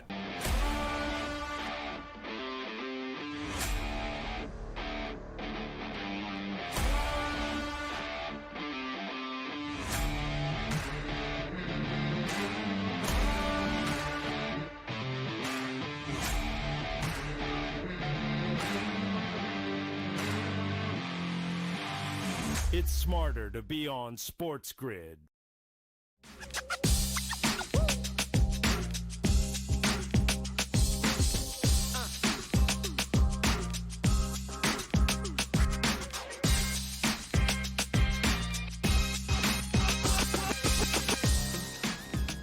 Live right here on SportsGrid. It is Game Time Decisions on this Monday night. I'm just gonna Cardinals, Angels. We're watching you. That's all I'm gonna say. Cardinals, Angels, we are watching you. Shout out to the Twins today, by the way, being shut out. No dice for Minnesota. Fourth team eliminated. I love the shutout market. FD had basically you could get involved in a shutout pool, pick your team, get your odds. I love a shutout pool. Shutout pool is one of my favorite memories growing up in Major League Baseball.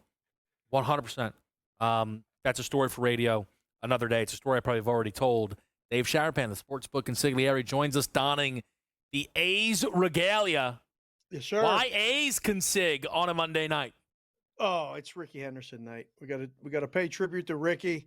His three daughters are throwing out the first pitch. The A's are not in Oakland for the first time in 57 years.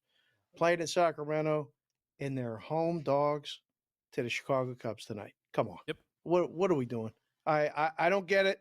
But again, lines don't, happen because of what odds makers or books think is going to happen. They just put them up and people bet it. And bet the Cubs. All right. Good luck with that, Kevin.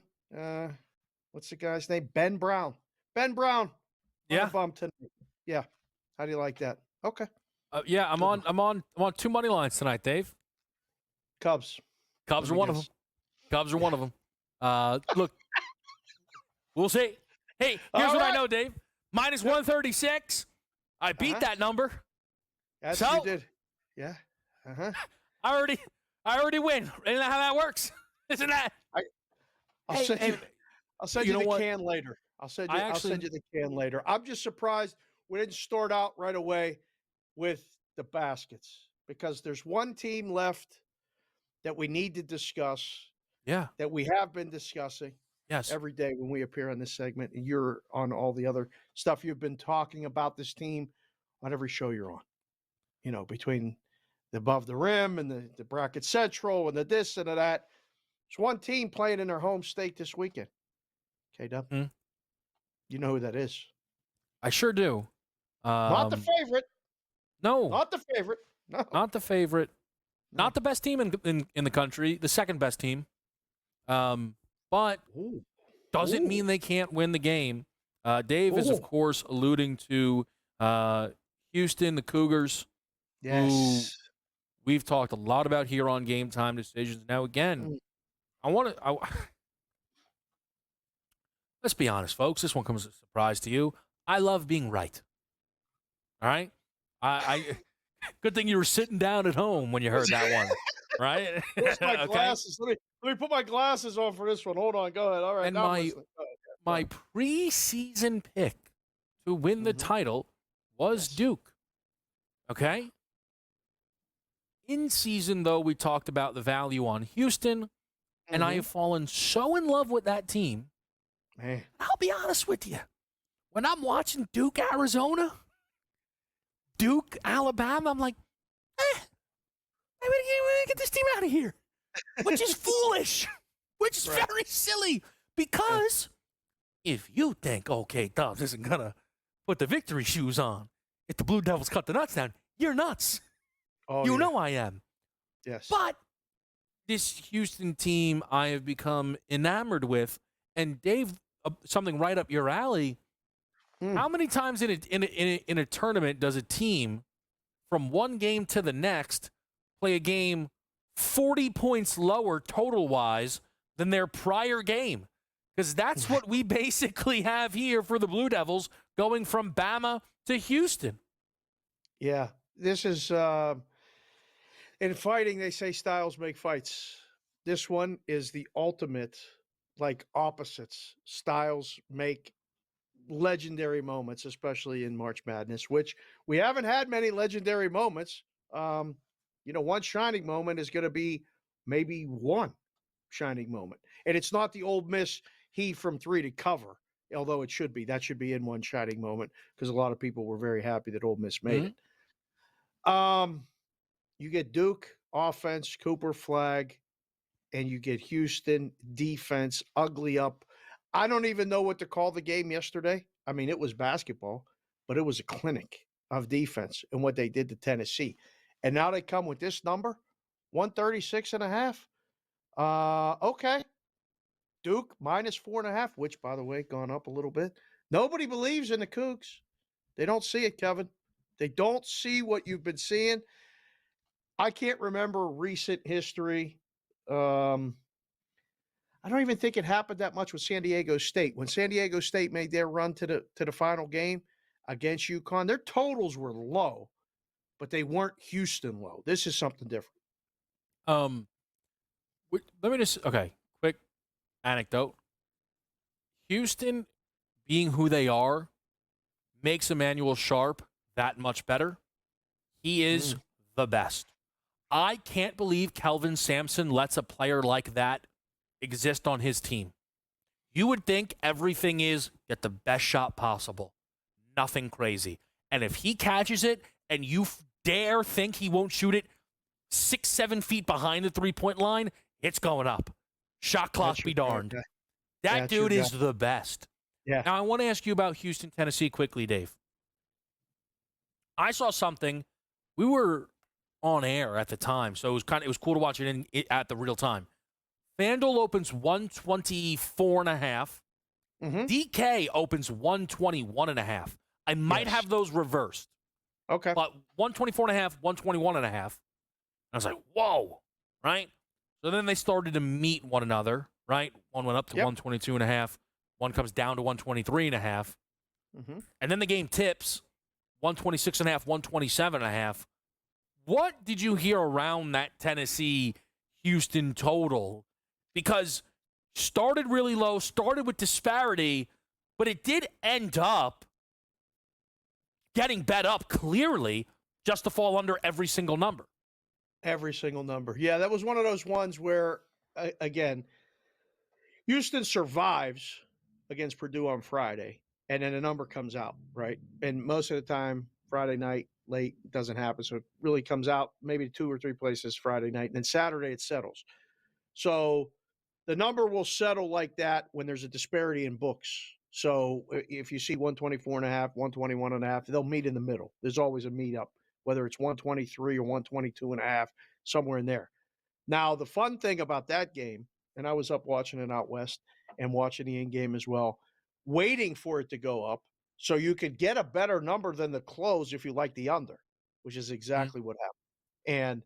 And I mean, the buzz was that it's under. You know, I don't think it's any surprise the way Tennessee played a lot of the season, the way Houston played all season, and the way Houston's playing right now. It felt like, I mean, you know, you see these totals. We talked about it in the past. They used to make the Wisconsin totals 115.5 and wonder why I didn't use 110 because it would finish 104. It felt like a dead under from the start. They did their part. Tennessee did their part by not scoring. And now you have a road. I don't know. I don't have a strong feeling. I think is it correlated? Houston and under, Duke and over. Are you ready to say that?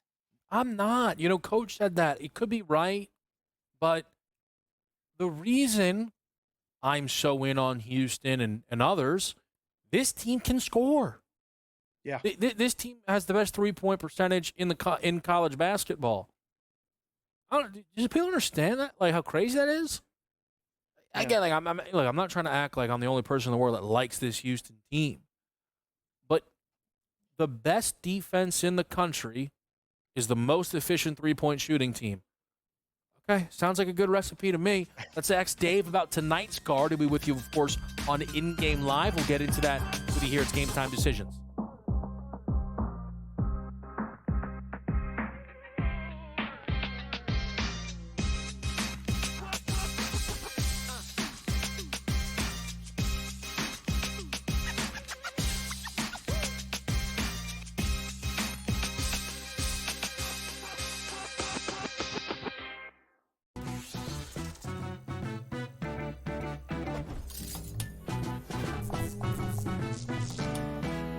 Hey sports fans, here's a tip to keep in mind the next time you make your betting picks. According to research, home field advantage is no joke, especially in those playoffs. In the NBA and the NFL postseason, the home team typically has a 64% shot at victory. Now, go get lucky. See you in Las Vegas. Let's get lucky. Anyone that's been to a sporting event, the atmosphere before a game, I think Game Time Decisions has that same exact atmosphere. This is our arena.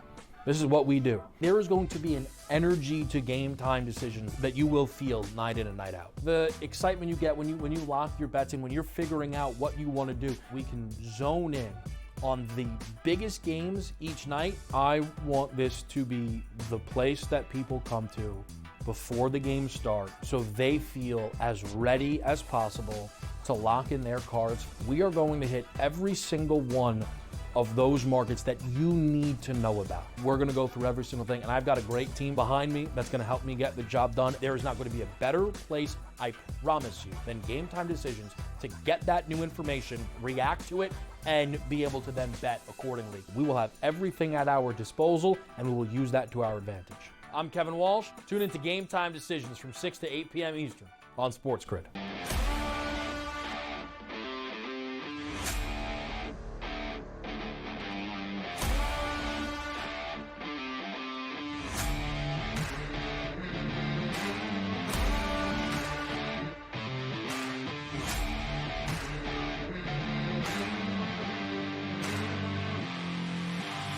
It's smarter to be on SportsGrid.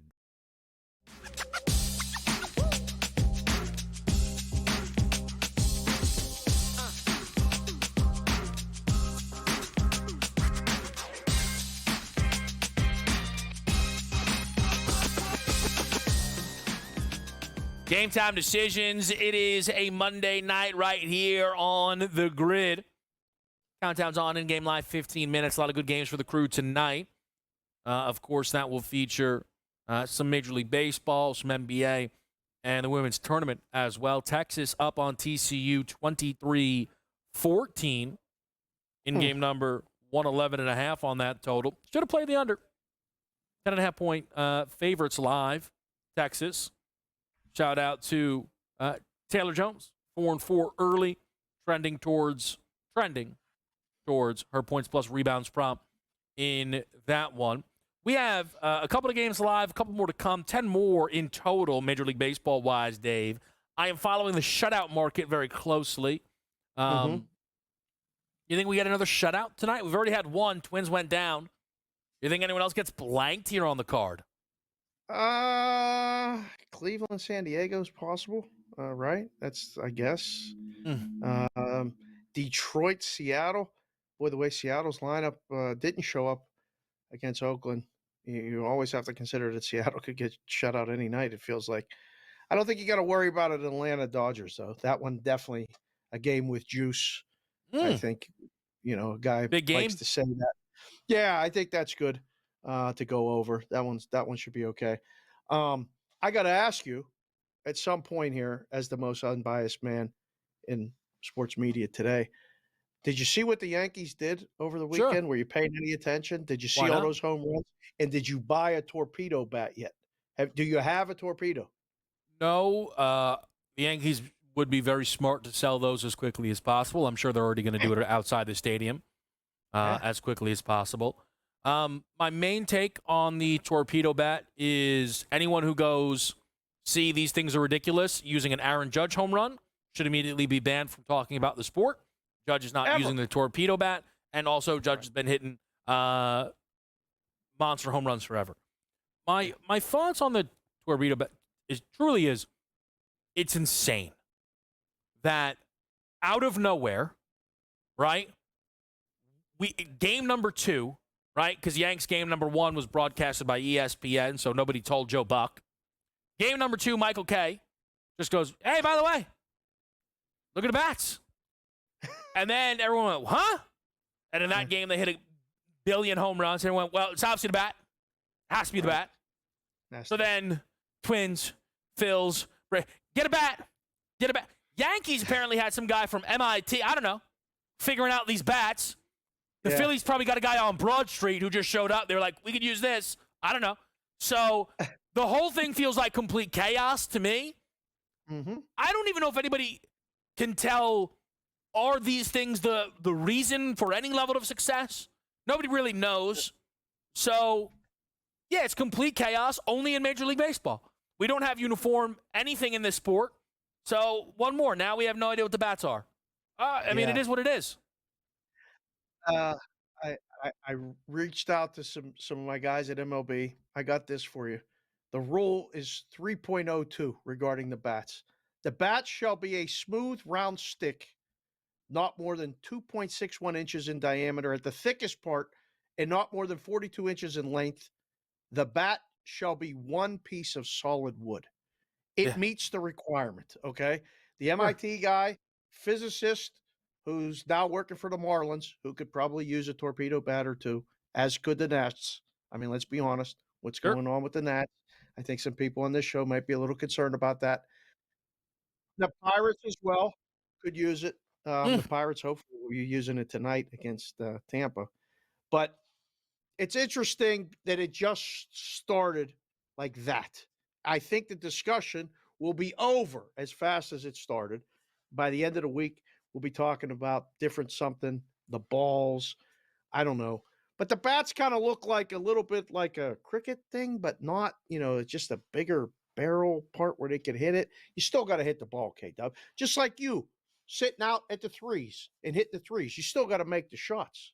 Can't you just because you got the right shoes doesn't mean you're going to make the shots. But again, to me, true, like, I don't think the Yankees are cheating. If they are, then they'll just get rid of the bats, right?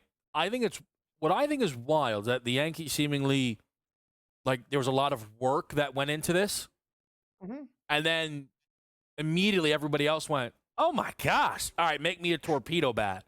And seemingly it was just like, yep, we all got him. It's odd. Like, what do you want me to say? It's odd. That is my. Is that why Jazz Chisholm's hitting home runs? Is Jazz Chisholm just, taking advantage of? I thought Yankee Stadium was a small ballpark, and that's why people hit home runs. I don't know. The Brewers hit a bunch of home runs that day. I'll say this. There was a tweet. Like, man, it's freezing on the East Coast, all these home runs. You know something's up. Man, it was 79 degrees out here, man. Check your weather app, all right? I don't know who told you it was freezing, okay? It's 79 degrees. I don't want to hear about that. Consig, I'll get you out of here on this. UConn, USC, 14.5, 15.5. Is there buzz? No, Juju really hurts that game a little bit. Or do we have to wait for Friday, Sunday to get real buzz around the women's tournament and people actually betting those games? I think we have to get to Friday, Sunday. There has been no discussion about it. I was out and about all weekend here in Vegas, and it wasn't really even being mentioned with a lot of the people that I were with. That doesn't mean it's not a national story, and it doesn't mean that somebody somewhere watching the show or somewhere is going to bet it. But it's not, everybody's talking about the baseball, the basketball. I mean, the Celtics keep winning. The game tonight, the other Houston's playing at the Lakers. Houston plus the points. No, I like the Lakers. Sorry. I like the Lakers in that game. And hockey, K-Dub, pick a dog that wins today because I don't think there is one. There's 4 games. Very chalky. Favorites in basketball. As a hockey guy, I'd like you to find a dog. I don't think you can do it. I don't think there's going to be a dog. Maybe Wild. That's the only one. Maybe. You got two live. Devils going now. Yeah. Who are the favorites? The Flyers? Yeah. Yeah, Flyers. Winning streak since Flyers are easy against the Preds. You got to just go with the Kraken then. It's Calgary that makes some noise. All I know is Connor Bedard really letting me down. Also, Jonathan Quick's the king of the shutout. I don't know what's happening in that one. Consig, appreciate you. We'll close out Game Time Decisions next.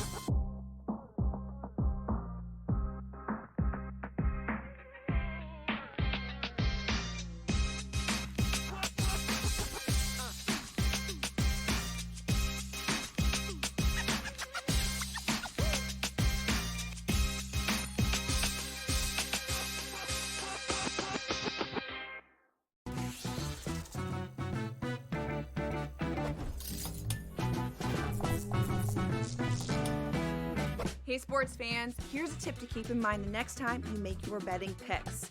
According to research, home field advantage is no joke, especially in those playoffs. In the NBA and the NFL postseason, the home team typically has a 64% shot at victory. Now, go get lucky.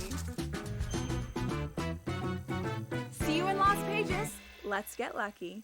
Anyone that's been to a sporting event, the atmosphere before a game, I think Game Time Decisions has that same exact atmosphere. This is our arena.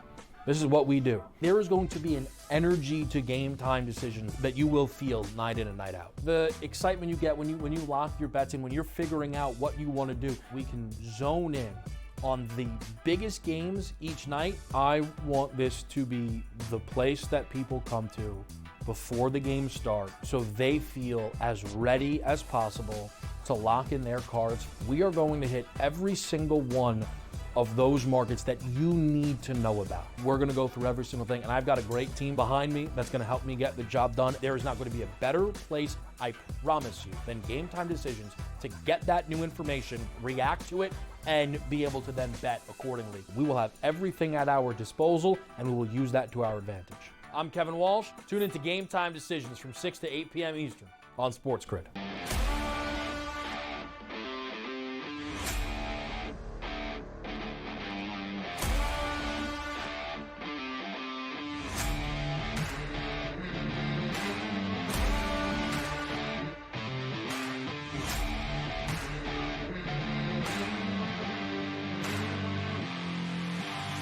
It's smarter to be on SportsGrid.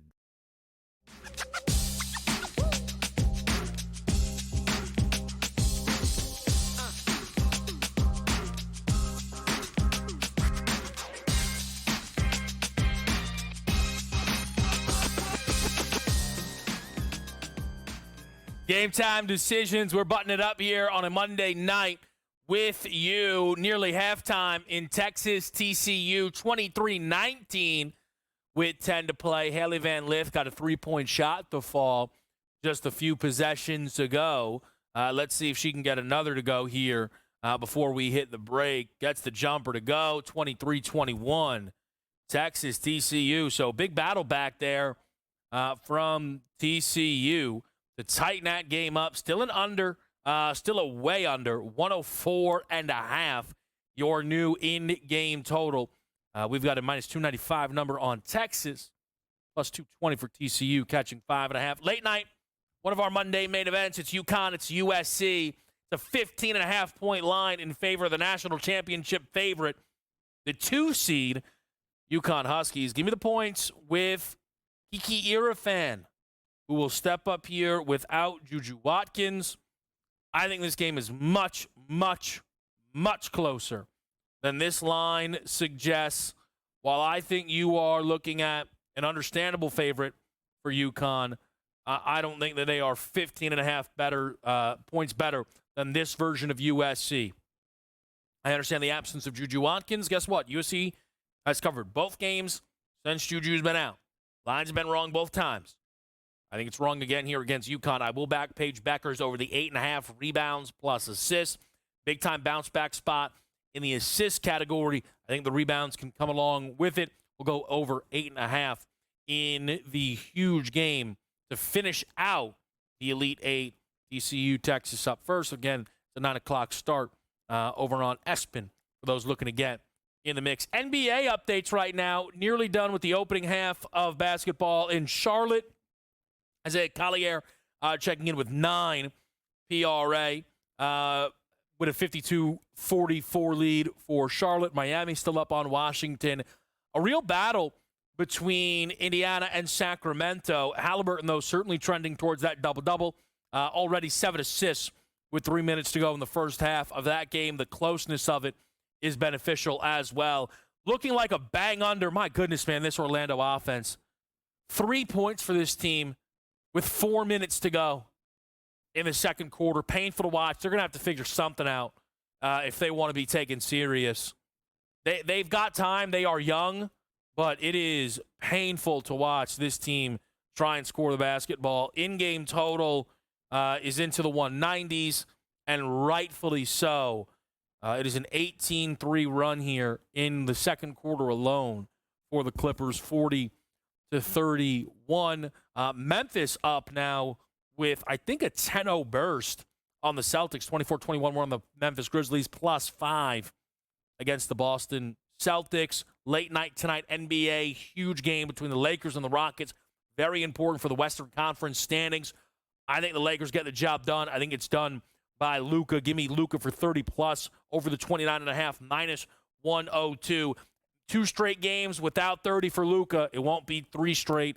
Give me the Don for a 30 ball. Major League Baseball, your best game tonight is the Dodgers and the Braves, despite what the records will tell you. 5-0 LA, 0-4 Atlanta.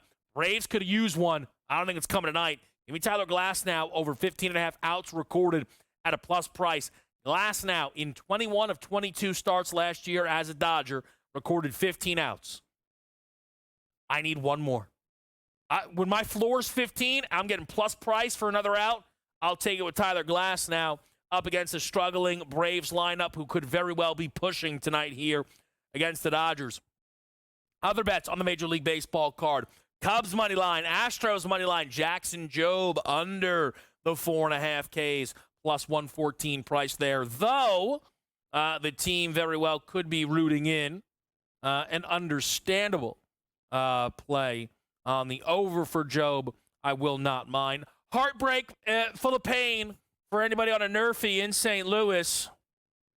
That's a family play. We hate to see that.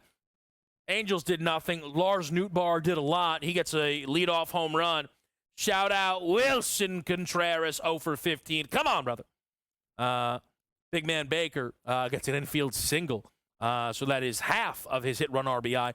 Toronto up 2-0 on the Nats. Mets got him juiced with Big Pete coming up here in the top of the 5th. So we could get some runs there for the Metsies. What a night on Game Time Decisions. We appreciate Dave Sharapan and Coach James Young for getting in the mix with us. It's going to be in-game live right here on SportsGrid. Great games to follow. So you keep it right here on the grid. I'm Kevin Walsh. I'll see you when I see you.